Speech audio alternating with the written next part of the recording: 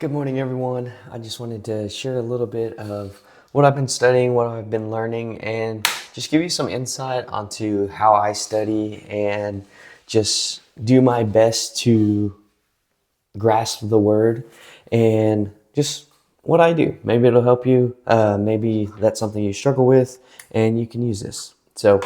Right now I'm in Ecclesiastes. I just picked up and just been reading the wisdom text. I read Proverbs and now I'm in Ecclesiastes. And what I did is I read it all the way through and just gathered my thoughts on what stood out to me.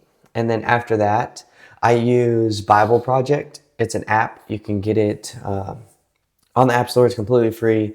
And it has some great resources, not only just on each individual book of the Bible, but it'll actually tell you what the Bible is, how to study. And it's a really great resource when it comes to trying to learn how to study and grasp the word.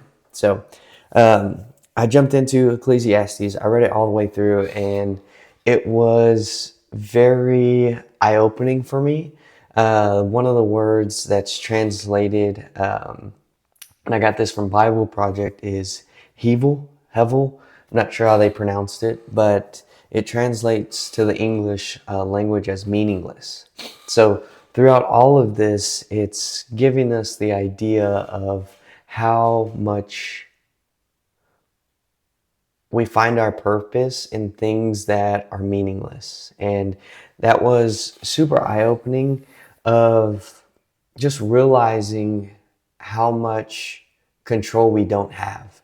And for me, something that I've worked on is stressing about financial needs or career, purpose, and we get so worked up and stressed, and then it just outpours into your life.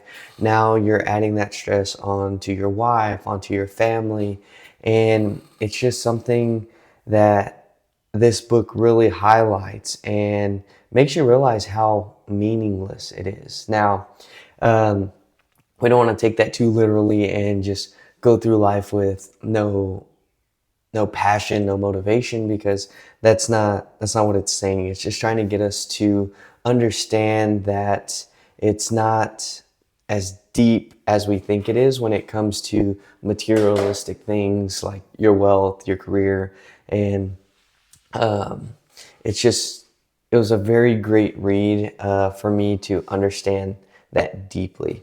And towards the end, it kind of pulls everything together. Like time is gonna come to an end. We're all gonna die, no matter whether you were great, whether you were bad, whether you were good, whether you were rich, whether you were poor. We're all gonna die, and that's inevitable. And what we have to look forward to at the very end, I'm going to just read that. Ecclesiastes 12, verse 13. That's the whole story. Here is my final conclusion. Fear God and obey his commands, for this is everyone's duty. God will judge us for everything we do, including every secret thing, whether good or bad. And after everything before of like, man, this is so meaningless and it doesn't matter, that it all gets wrapped up here is like, we do have something to look forward to, and that is the judgment of God. And how do we ensure that we are taking the right steps to prepare for that? He tells us, fear God and obey his commands.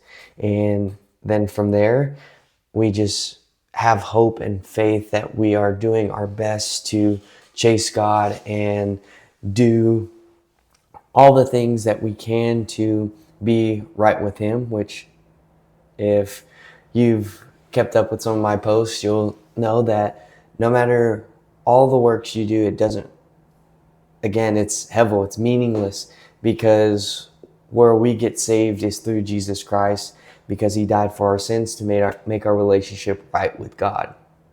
And in turn, that sacrifice should motivate you and just fill you with so much passion and fire to do the best you can to fear God and obey his commands out of the love and sacrifice that he made by sending his only son, Jesus, to save us. So if that is something you struggle with through life of worry, anxiety, read Ecclesiastes and kind of gain some understanding of what it means by hevel, the meaningless. And it was, again, very eye-opening. I hope it encourages you to go read, and I'm still going to continue to read it again to gain a deeper understanding and just do my best to share that, and hopefully it encourages you to read it for yourself, because don't take everyone's word. Don't take Bible Project's word. Don't take